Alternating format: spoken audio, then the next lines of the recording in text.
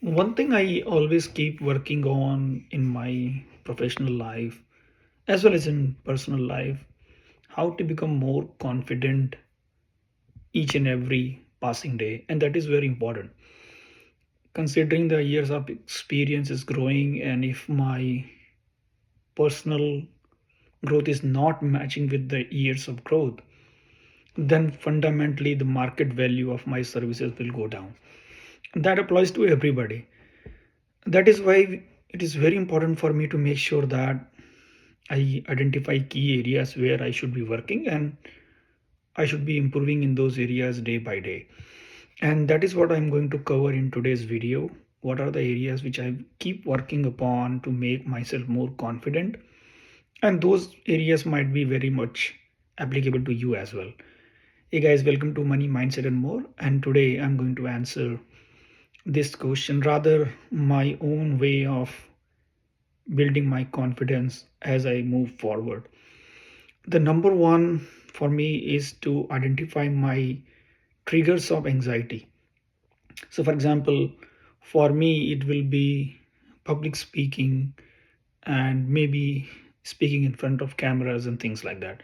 And those are the things I'm working upon in this year, 2025 and onwards, to make sure that I work on those and become better on all those things which are creating anxiety for me in public speaking or things like that.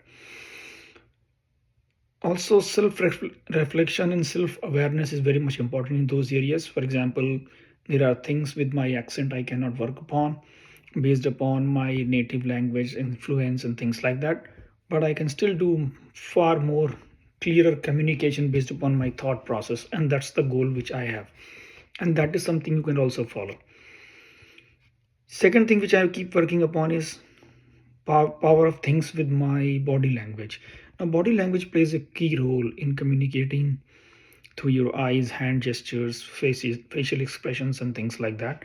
Those are the areas I keep working upon to make sure that I am able to communicate and prove my points or communicate my points to others through my body language. What I do, I keep practicing in front of mirror. I keep recording these videos and then going back and listening to them, what I should be improving and things like that. Slowly, I will start posting longer videos on professional studio, which I'm working upon. But still, then those things are working on the background. So you should also keep working on those. The third important point is that is very important actually. You have to practice like a pro. If you practice more, you will definitely become confident in those areas. And in my life, I have touched many different subjects, whether it's investing, real estate, stocks, or my professional career. All those things I have started and learned and then did my own detailed preparation before I entered into any of those areas. And most important thing is that you have to anticipate what might go wrong, what might be the obstacles, and then what are the uncertainties which I have to cover. And based upon that, I plan and brainstorm potential solutions which might be helpful for my preparation. Very important step. This should be probably first step. If you are starting today, this should be your first step. The next one is, I always try to visualize success. So what I mean by that is, I keep investing in real estate. So my long-term vision is something like, okay, by 2035 I should have 10 single family homes in US, some properties in, let's say, in India, and things like that. Now, so visualizing those success actually helps me to figure out what I should be doing and how success will look like for me in those times. I normally write down things on my journal and see how those things looks from 20 years from now. One thing you can do if you struggle in figuring out long-term goals, you should sit down one day and write an article on yourself 20 years from now, and write in a way that may be completely extraordinary, something like XYZ I have created, how somebody has created a $200 billion organization, something like that. And then work from that and backwards to see what you can actually achieve. Believe me, you will be able to find out different areas to work upon, different paths to take, and that will be very helpful for your current scenario. The next one is you have to play to your strength. So, for example, my strength lies into meeting new people, traveling new places, connecting the dots, making sure we are cracking new areas. So I have taken all the jobs, all the career in those areas only. I have never taken anything which might take me into comfort zone.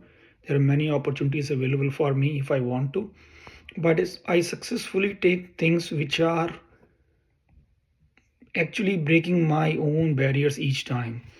So, and that's the strength I have built. So if you give me a new product which nobody has sold, I will probably able to sell it. So those are the things which make me more confident creating my value in the market. Another thing which I keep working upon to take pause before reacting. As usual, when we start, we are young, we react very fast. You must have seen teenagers, they know everything and they respond probably within a second. That's how we evolve. But a 3 second pause rule actually helps a lot before reacting, even if you know the answers, or even if you are right or you are wrong, doesn't matter. If you take a 3 second pause, you can actually save a lot of relationships, a lot of energy, and a lot of stress out of from your life.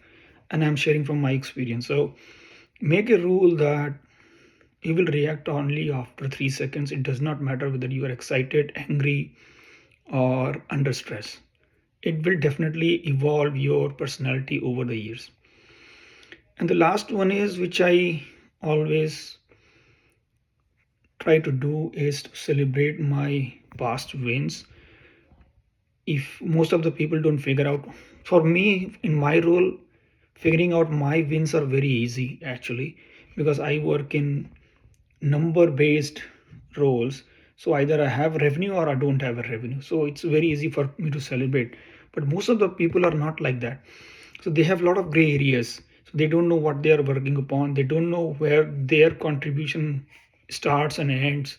In those scenarios become very complex or very complicated to celebrate your wins.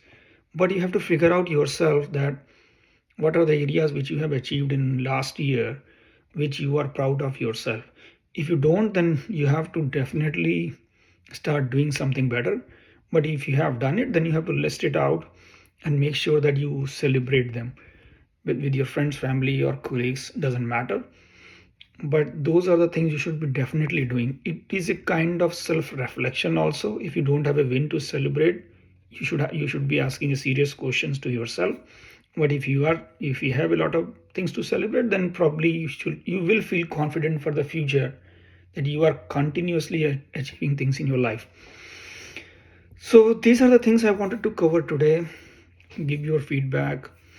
If any point you think you want to discuss in detail or you want me to cover, I'm happy to answer those as well. And please like, share, and subscribe. Thank you very much. Take care.